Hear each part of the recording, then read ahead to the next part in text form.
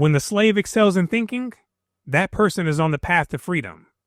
This person becomes a dangerous tool against the institution of slavery. Because of this, there was a concerted effort by slave masters to keep the slaves deaf, dumb, and blind. Holidays and non-beneficial leisure activities were just a couple ways they did this. Mr. Frederick Douglass expounds on these psychological enslavement traps in his 1855 autobiography, My Bondage and My Freedom. He discusses these in the settings that took place after spending 1 year on Covey the Negro breaker's plantation, and then finally leaving. His actual term of service to Covey ended on Christmas Day, 1834.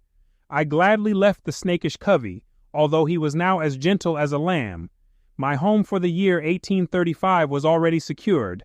My next master was already selected. And we'll find out another time who his new master was. But regardless who it was, he wasn't going to take any whippings or abuse from them at this stage in his life. We remember how he stood his ground firmly in his fight with Covey.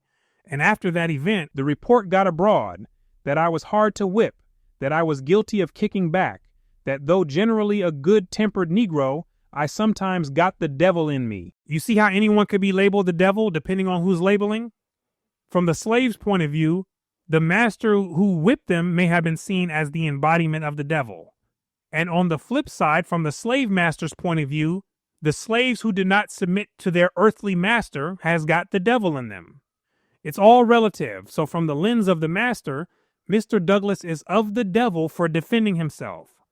Think about how these ideas are used. These sayings were rife in Talbot County, and they distinguished me among my servile brethren. His reputation for resisting is what made him different from the other submissive slaves. Slaves generally will fight each other and die at each other's hands, but there are few who are not held in awe by a white man. So they would fight, bicker, talk back, and kill each other with no problem. But only few did not fear the white man. Generations and generations of passing on these ideas and attitudes towards certain people.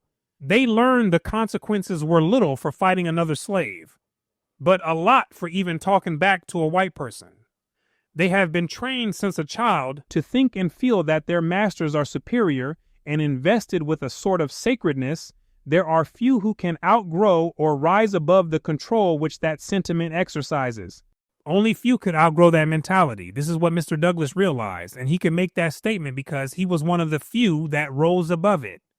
He knew what it was like to be on the other side and to see the white man as just another person, not above or beneath, just another person. That's why he says, I had now got free from it, and the thing was known. What thing was known? That he was no longer under the spell that white society had placed under those they named the black people. And the problem with this is, one bad sheep will spoil a whole flock. The bad sheep might teach the other sheep to think like it. And amongst the slaves, I was a bad sheep. The reason being, I hated slavery, slaveholders, and all pertaining to them. And I did not fail to inspire others with the same feeling, wherever and whenever opportunity was presented. He tried to get everybody else on board to think like him, to stop thinking like a slave, and to be ye converted by the renewing of their mind. And this made me a marked lad among the slaves, and a suspected one among the slaveholders. A knowledge of my ability to read and write got pretty widely spread, which was very much against me. And of course, this was no good for the institution of slavery. Mr. Douglass already told us in this book that ignorance was a high virtue in a slave. One of the ways to keep a slave ignorant was to keep them occupied with hobbies and leisure activities of minimal importance. Holidays were just one way to perpetuate this ignorance. Mr. Douglass says that the days between Christmas and New Year's are allowed the slaves as holidays. During these days, all regular work was suspended, and there was nothing to do but to keep fires and look after the stock. This time was regarded as our own by the grace of our masters, and we, therefore, used it or abused it as we pleased. They could use it or abuse it as they pleased, which implies an element of personal choice, autonomy within a certain limit of the slave world. And how did slaves choose to spend this free time? Those who had families at a distance were now expected to visit them and to spend with them the entire week. We have some family men and women who may have walked a few miles to go and see their husband and wife on another plantation, which is respectable. The younger slaves, or the unmarried ones, were expected to see to the cattle and attend to incidental duties at home. The holidays were variously spent. The sober, thinking, and industrious ones of our number would employ themselves in manufacturing corn brooms, mats, horse collars, and baskets, and some of these were very well made. That's what the sober and thinking slaves did. Another class spent their time in hunting opossums, coons, rabbits, and other game. That's the other class of slaves. They spent their time hunting. So far we have family people, sober and thinking people, and a hunting type. But the majority spent the holidays in sports, ball playing, wrestling, boxing, running foot races, dancing, and drinking whiskey. That's what Mr. Douglass says was done by the majority, at least on the plantations that he had been on. I'm sure there were some differences on other plantations, but from his experience, this is what the majority did: sports and drinking. And this latter mode of spending the time was generally most agreeable to their masters. Here we go. Not to be drunk during the holidays was disgraceful, and he was esteemed a lazy and improvident man who could not afford to drink whiskey during Christmas. That's the master playing mind games and making it seem like they were doing something wrong if they didn't get drunk. He says, "Judging from my own observation and experience, I believe these holidays to be among the most effective means, in the hands of slaveholders, of keeping down the spirit of insurrection among the slaves." Keeping the slaves from tearing the roof off the mother sucker. That's what he believed holidays were really for. Observe closely. To enslave men successfully and safely, it is necessary to have their minds occupied with thoughts and aspirations short of the liberty of which they are deprived. Keeping their mind away from thinking about the free world, because if it doesn't occupy itself with that idea, then it never strives for it. Sports, getting drunk, and other non-freedom related activities were what they used to keep busy their minds. Can we see it? Can we see the golden nuggets that Mr. Douglass is bringing out? Follow along. A certain degree of attainable good must be kept before them. Small, easy-to-reach rewards must be kept dangling in front of them. These holidays serve the purpose of keeping the minds of the slaves occupied with prospective pleasure within the limits of slavery. The young man can go wooing. The married man can visit his wife. The father and mother can see their children. The industrious and money-loving can make a few dollars. The great wrestler can win laurels. The young people can meet and enjoy each other's society. The drunken man can get plenty of whiskey, and the religious man can hold prayer meetings, preach, pray, and exhort during the holidays. All these are pleasures approved by masters and are within the limits of slavery. Before the holidays, these are pleasures in prospect. After the holidays, they become pleasures of memory, and they serve to keep out thoughts and wishes of a more dangerous character. They spent their time before the holidays anticipating these pleasures to come. Then afterwards, their minds are filled with memories of those happy moments. With these thoughts taking up so much space, there was barely any room for the thoughts of freedom, insurrection, and rebellion, thoughts of the dangerous character.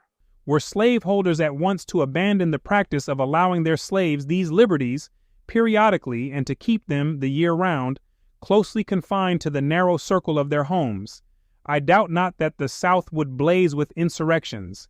These holidays are conductors or safety valves to carry off the explosive elements inseparable from the human mind when reduced to the condition of slavery.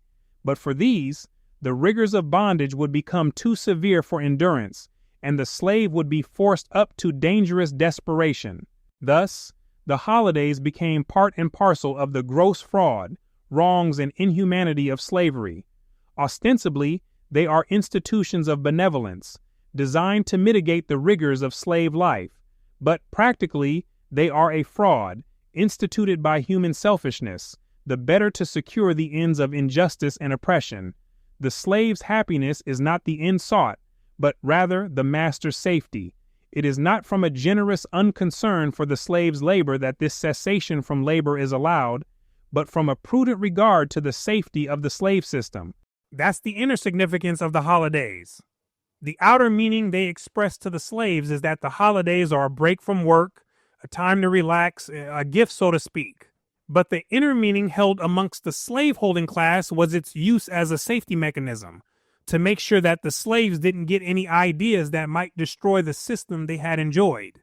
I am strengthened in this opinion by the fact that most slaveholders like to have their slaves spend the holidays in such a manner as to be of no real benefit to the slaves. It is plain that everything like rational enjoyment among the slaves is frowned upon, and only those wild and low sports peculiar to semi-civilized people are encouraged. You see that? Rational enjoyment like reading and learning how to write was off the table, but what he calls low sports were encouraged. All the license allowed appears to have no other object than to disgust the slaves with their temporary freedom, and to make them as glad to return to their work as they were to leave it. By plunging them into exhausting depths of drunkenness and dissipation, this effect is almost certain to follow. I have known slaveholders resort to cunning tricks, with a view of getting their slaves deplorably drunk. A usual plan is to make bets on a slave that he can drink more whiskey than any other, and so to induce a rivalry among them for the mastery in this degradation. The scenes brought about in this way were often scandalous and loathsome in the extreme. Whole multitudes might be found stretched out in brutal drunkenness, at once helpless and disgusting. Thus, when the slave asks for a few hours of virtuous freedom, his cunning master takes advantage of his ignorance and cheers him with a dose of vicious and revolting dissipation, artfully labeled with the name of liberty. When a slave is drunk, the slaveholder has no fear that he will plan an insurrection, no fear that he will escape to the north. It is the sober, thinking slave who is dangerous and needs the vigilance of his master to keep him a slave. Which is why they had to keep an eye out on Mr. Douglass. He was a thinking slave, and in addition to this, he encouraged others to follow his footsteps. We shall continue from here. Right now, I thank you for your time. My name is Brooklyn St. Michael, and I'll see you in the free world.